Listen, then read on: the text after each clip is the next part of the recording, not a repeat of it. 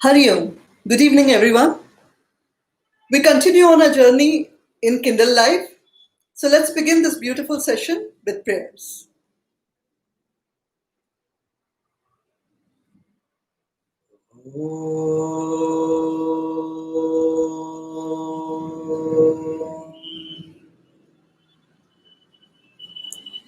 समस्त जन कल्याणे निरतं करुणामयं नमामि चिन्मयं देवं सद्गुरुं ब्रह्मविद्वरम्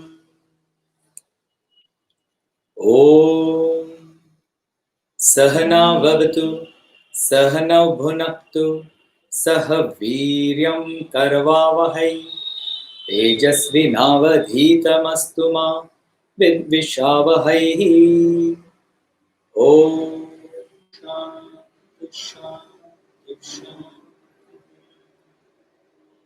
हरिः ॐ श्री गुरुभ्यो नमः। Hari Om to you all.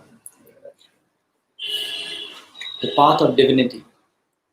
The three thought conditions under which human mind functions are 1. Sattva, the predominantly pure; the Raja, the predominantly agitated; and Tama, the predominantly inactive, dull. Let us find out more about this.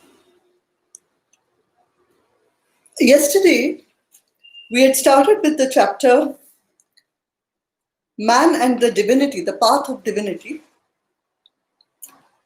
when we learned that a man can identify himself with a stone and be completely ignorant. When a man can identify himself with a plant and can be predominantly lethargic. When a man, which most men are, can identify with an animal and only live to fight, procure, and be completely egocentric. Why? Why can then a man not identify himself with God? Why can he not become God? The Hindu scriptures say that he can, when he imbibes the qualities of God. So just imagine what God is and what are his qualities. And imagine even further that this God is in you, within you, and you just need to recognize that. When man can chasten his desires and thoughts and ultimately end them, when he rises from the tamas and even eliminates the last traces of sattva, that is the time when man becomes God. Like Jagdish just said, the three conditions of the mind, sattva, the pure and noble; rajas, the passionate and the agitated; tamas, the dull and the inactive. These are the three types of thoughts for the functioning of one's mind. So mind is essentially made up of permutations and combinations of these three.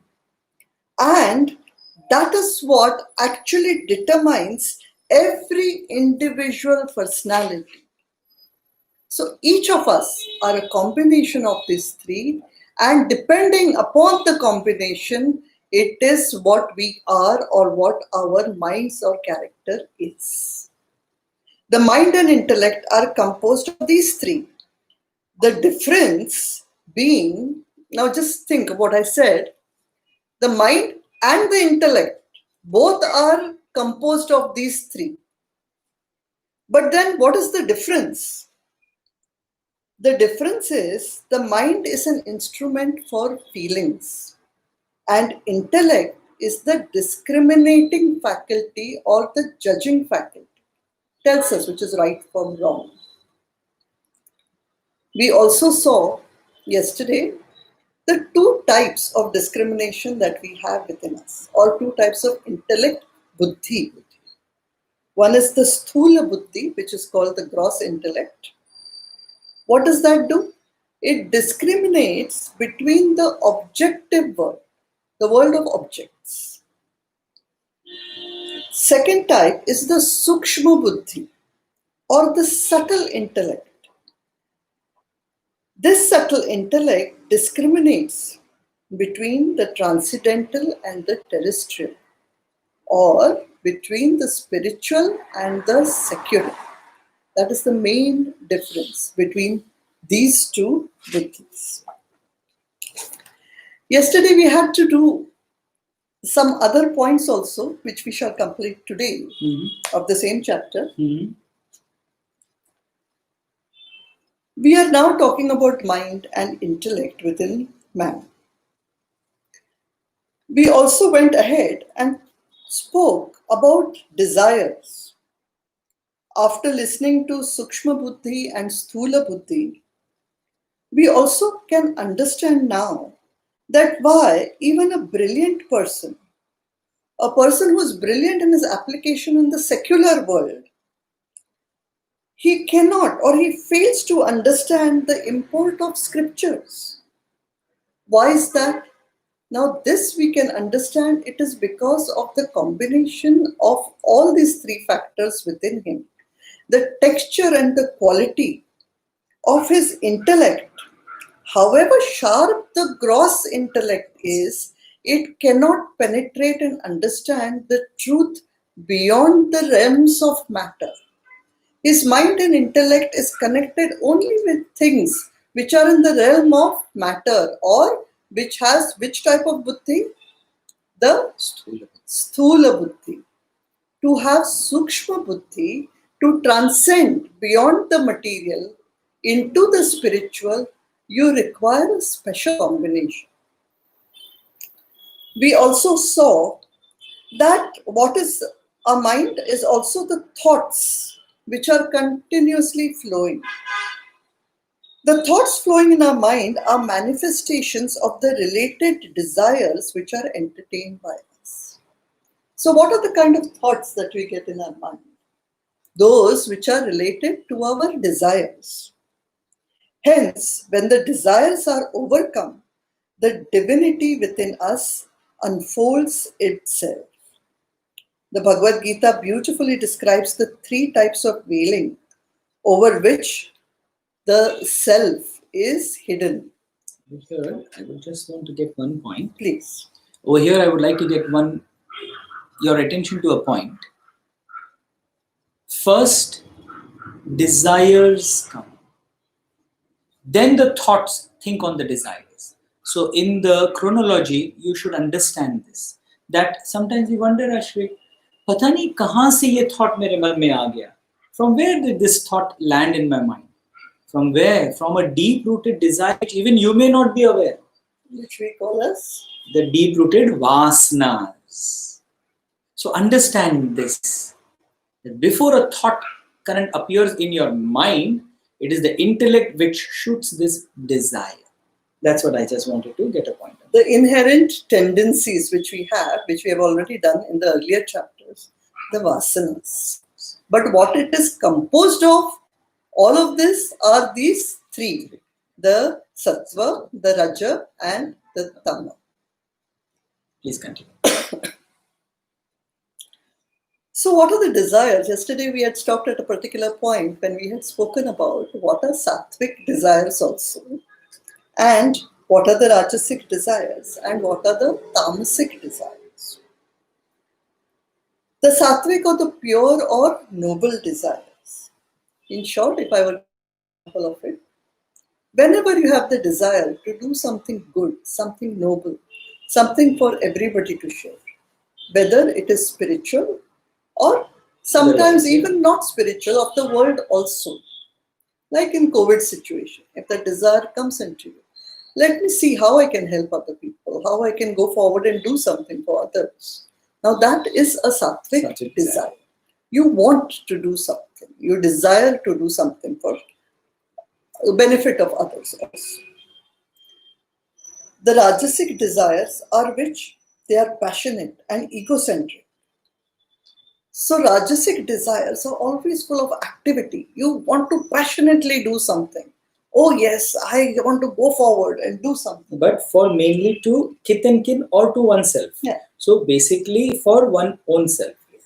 The Rajasic, that importance is that it The is difference, yeah. generally related. It can encompass those who you love, but they are mainly for yourself. Me and mine. That is what Gurudev has said. Me and mine. And the example, Rashi, in this situation. So as Rashi said, the example of COVID, you want to do something nice. In COVID situation, oh, I'm stuck at home. How is that I can make some money from here only? Let me do something that I can create something for myself or do something like that which will, make me happy or make me richer. It's a Rajasic desire. The mind starts working to procure, to get, to have something for oneself. And then finally are the tamasic desires, which are obstinate, arrogant, and totally egoistic. We'll continue with the same COVID situation right now. Okay, COVID is there. If I want, I will wear the mask or not. It doesn't matter what other people say. Yeah, I have the fear of the government, so I will wear. But principally, I don't care whether other people are falling unwell or not falling unwell due to some mistakes that I am making. As long as I am protected, I am here, and what I think is correct. What other things, it doesn't matter. Purely Tamasic. So these kind of people also you will find. You will find people who will break the queues, who will not keep the distancing. Why? Because they want to get something before you.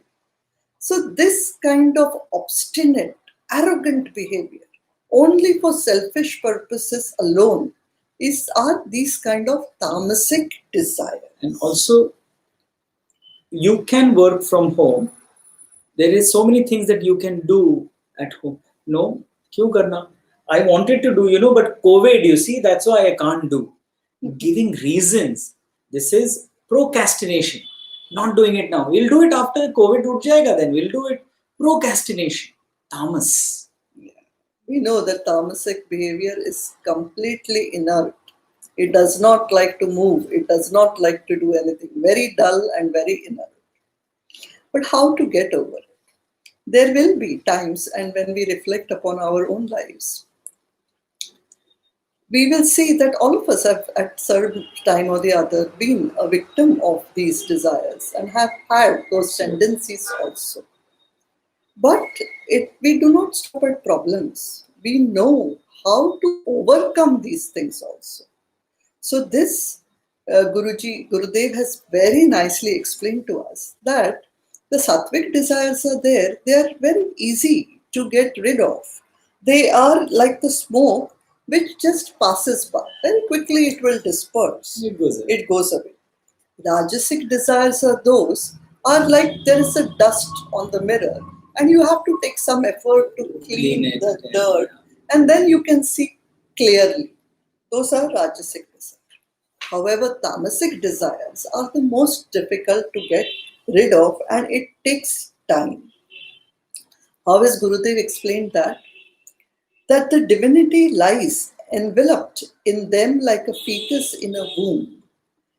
The indication is that these desires, excuse me, these desires cannot be removed forthwith by mere effort.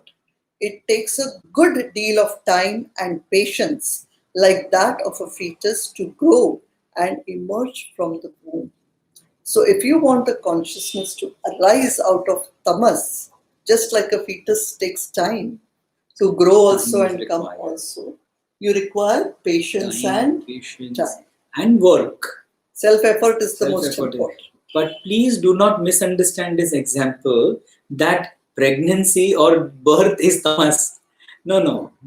It's just an example how that effort is so much more. But that's why it is called labor. Yes. In fact, the fetus is compared to the consciousness, to the God within you, which needs to come out through the covering of the womb.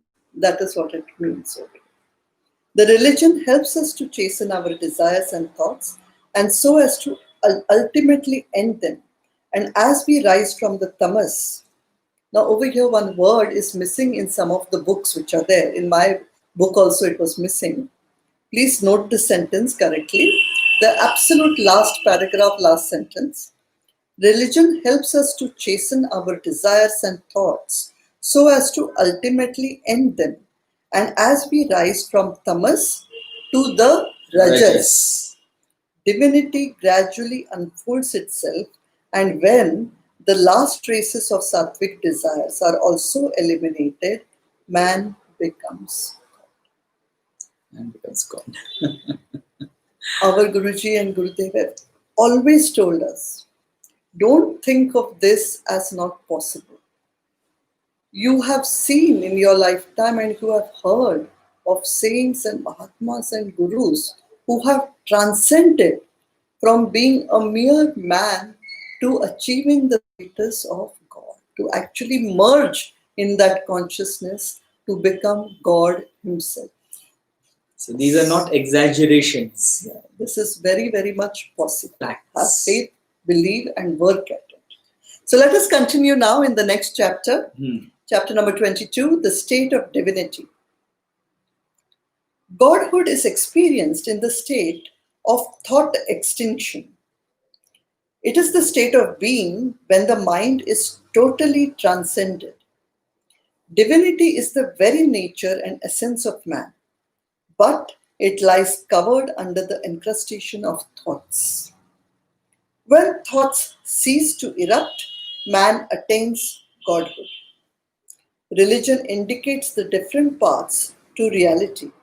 It prescribes various techniques for the extinction of thoughts by quietening and transcending the mind. Very clearly now we saw what the problems were, now we are seeing the solutions. What is the path to follow? What is the method to be taken? Essentially, we need our minds to become completely devoid of thoughts. We have seen earlier, yes, Jagdish, that a mind is a continuous flow of thoughts.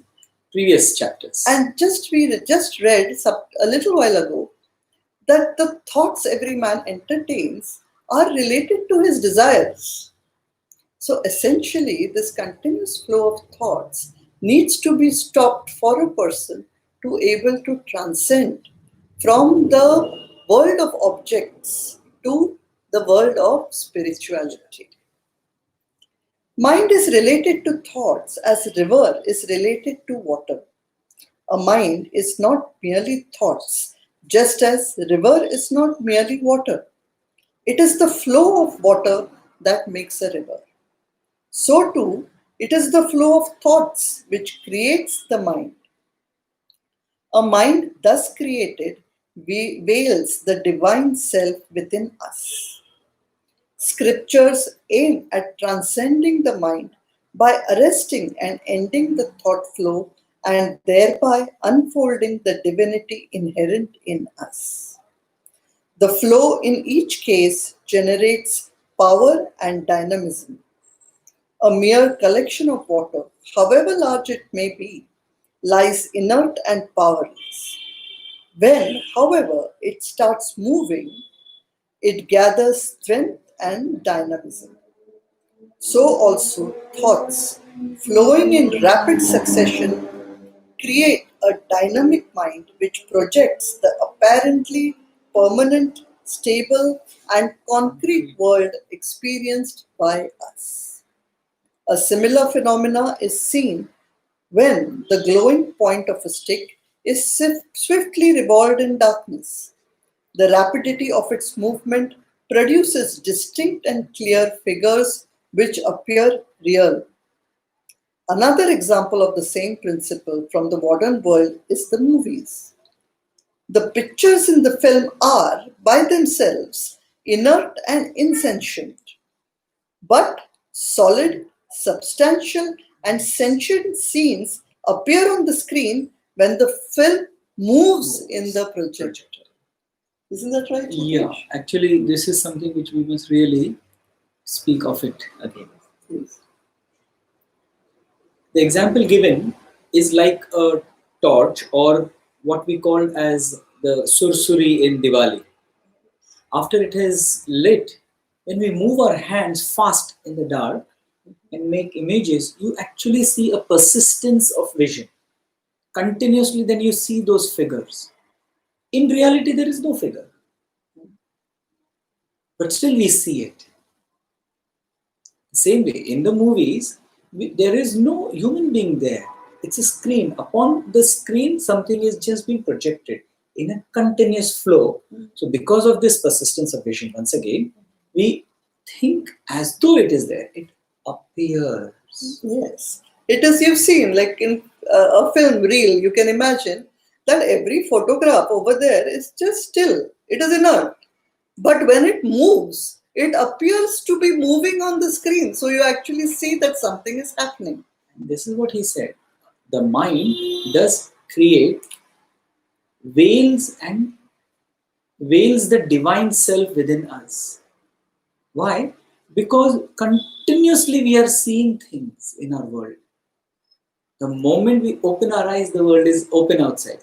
The moment we go to sleep, the world is going in the mind. So how will we see the divinity? Another very beautiful thought process was that which we just had imagined some time ago, few years ago, has become a reality today. So we can see that in so many, especially in the field of science, things which were just thoughts, which were just in your mind, have actually projected and become creations today. Who could ever imagine that a man can go on the moon?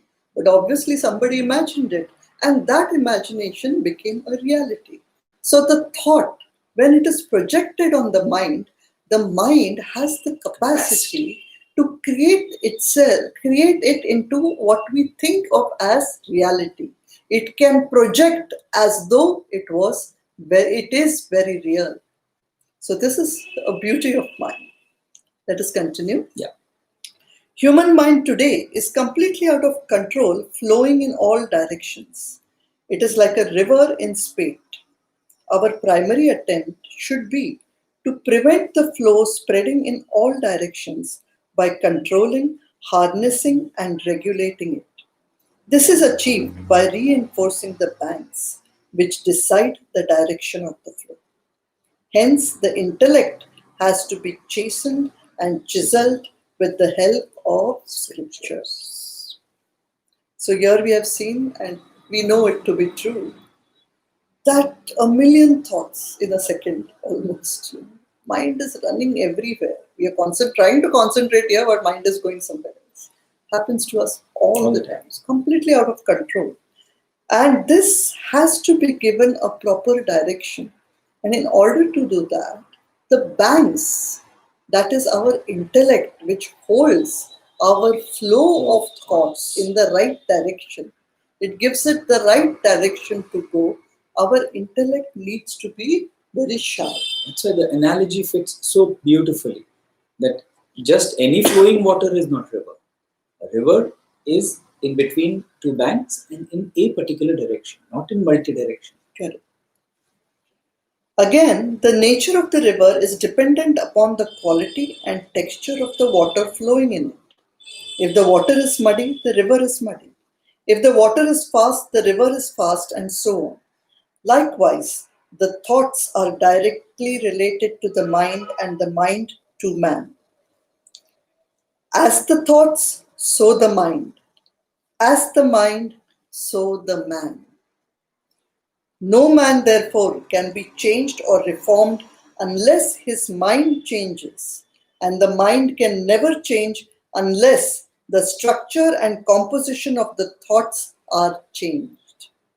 A change in thoughts can be effected by three methods, namely, by reducing the quantity of thoughts, by improving the quality of thoughts, and by giving a different direction to the thoughts. How incredibly beautiful. Unbelievable it is. The problem has been told to us in its entirety that it is the mind which is causing problems, it is out of control. And this mind has to be reined in. And how to do so? And see this sentence over here. As the As the thoughts, so the mind. As the mind, so the man. And the quality of his thoughts need to be at so much better and higher level. And how to do that? No man can be changed or reformed unless his mind changes. And the mind can never change unless the structure and composition of thoughts are changed. It's the problem. The solution is also given that there are three things we can do to change our thoughts. It can be effected by reducing the quantity of thoughts. Why to think unnecessarily? This heroine has done that, that hero has done that. Okay, we read it as news in gossip. Why give it so much of thought which is not really required? Or this man said this to be, that man. How many unnecessary thoughts that come into our mind which can definitely be eliminated. Secondly, by reducing the first was by reducing the quantity of thoughts. Secondly, by improving the quality of thoughts. Really, our mind can go anywhere. It can fall to the worst depths and it can surprise us. Why am I thinking like that? It comes as a shock. Where is my mind going? On the other hand, it can reach the highest realm of philosophy, of science, of any topic that you can think of. But you need to apply the mind in a higher realm. The quality of the thoughts have to be improved. Quantity has to be reduced. Quality has to be improved. And finally, it has to be given direction. Just like the river in Spain, when the banks are good, it has to be given a particular direction. You will do this as an exercise also, and you probably also have felt it before. You can know sometimes that your mind is wandering, the thoughts are going wrong. You can actually feel it. And when that occurs to you, arrest that complete thought and give it a direction to go in a good manner, to go to a higher realm or a better thought. They are declared in Hinduism by three well-known yogas. Now see how Gurudev has connected. Now you will come across more and more words which are Vedantic in nature. In Hinduism, there are three known yogas are called Karma, Bhakti and the Jnana Yoga respectively. In addition to these, there is a fourth yoga called the Hatha Yoga. It is prescribed for those who are underdeveloped both in head and heart. By the practice of these yogas, the mind gets purified and is rendered fit for meditative flights. When such a mind is absorbed in meditation, the last traces of thoughts die away, leaving the meditator in a state of absolute bliss. The four yogas prescribed in Hinduism cater to the entire cross-section of humanity. No other religion in the world is as conspicuously endowed with such a catholicity of practical application. The world needs this knowledge as much as Indians do. The state of divinity is not merely a personal achievement. It must culminate in the universal resurrection. How absolutely incredibly beautiful. We have the four paths which have been told to us, the karma, bhakti and the jnana yoga. The fourth is the hatha yoga, which is meant for average people. So all the type of people have been put under that it is possible to reach that divinity by goal by these marks. We will discuss more about it, but tomorrow. Finally, once again, bring your mind to this particular sentence that no other religion in the world is as conspicuously endowed with such a catholicity. Over here, catholicity means all embracing of practical application. It is not some hocus pocus or some magic or something which will happen. These are practical applications. You do it and you will get it. And you will see it. That is right. And this state of divinity is not related only to Indians. It is universal. It is for mankind. It is for humanity. And when more is required Than than now today. and today. And that is what we need to think about and practice. So today we end our session over here. We will think a little more about the last portion of this chapter tomorrow when we go further. And Tomorrow, yes, incredible topic is coming. It is fundamentals of Vedanta. It is, I can't explain. We have to go through the book. We will all find it out. So let us end today's session with wonderful prayers again.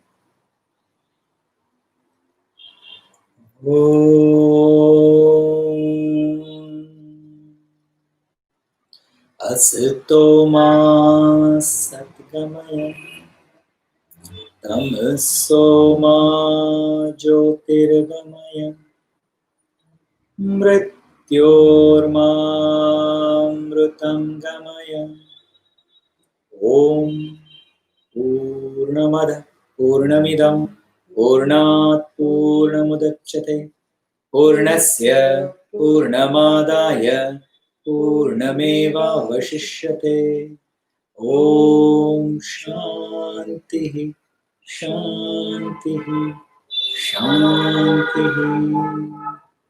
Hari Om Shri Gurubhyo Namah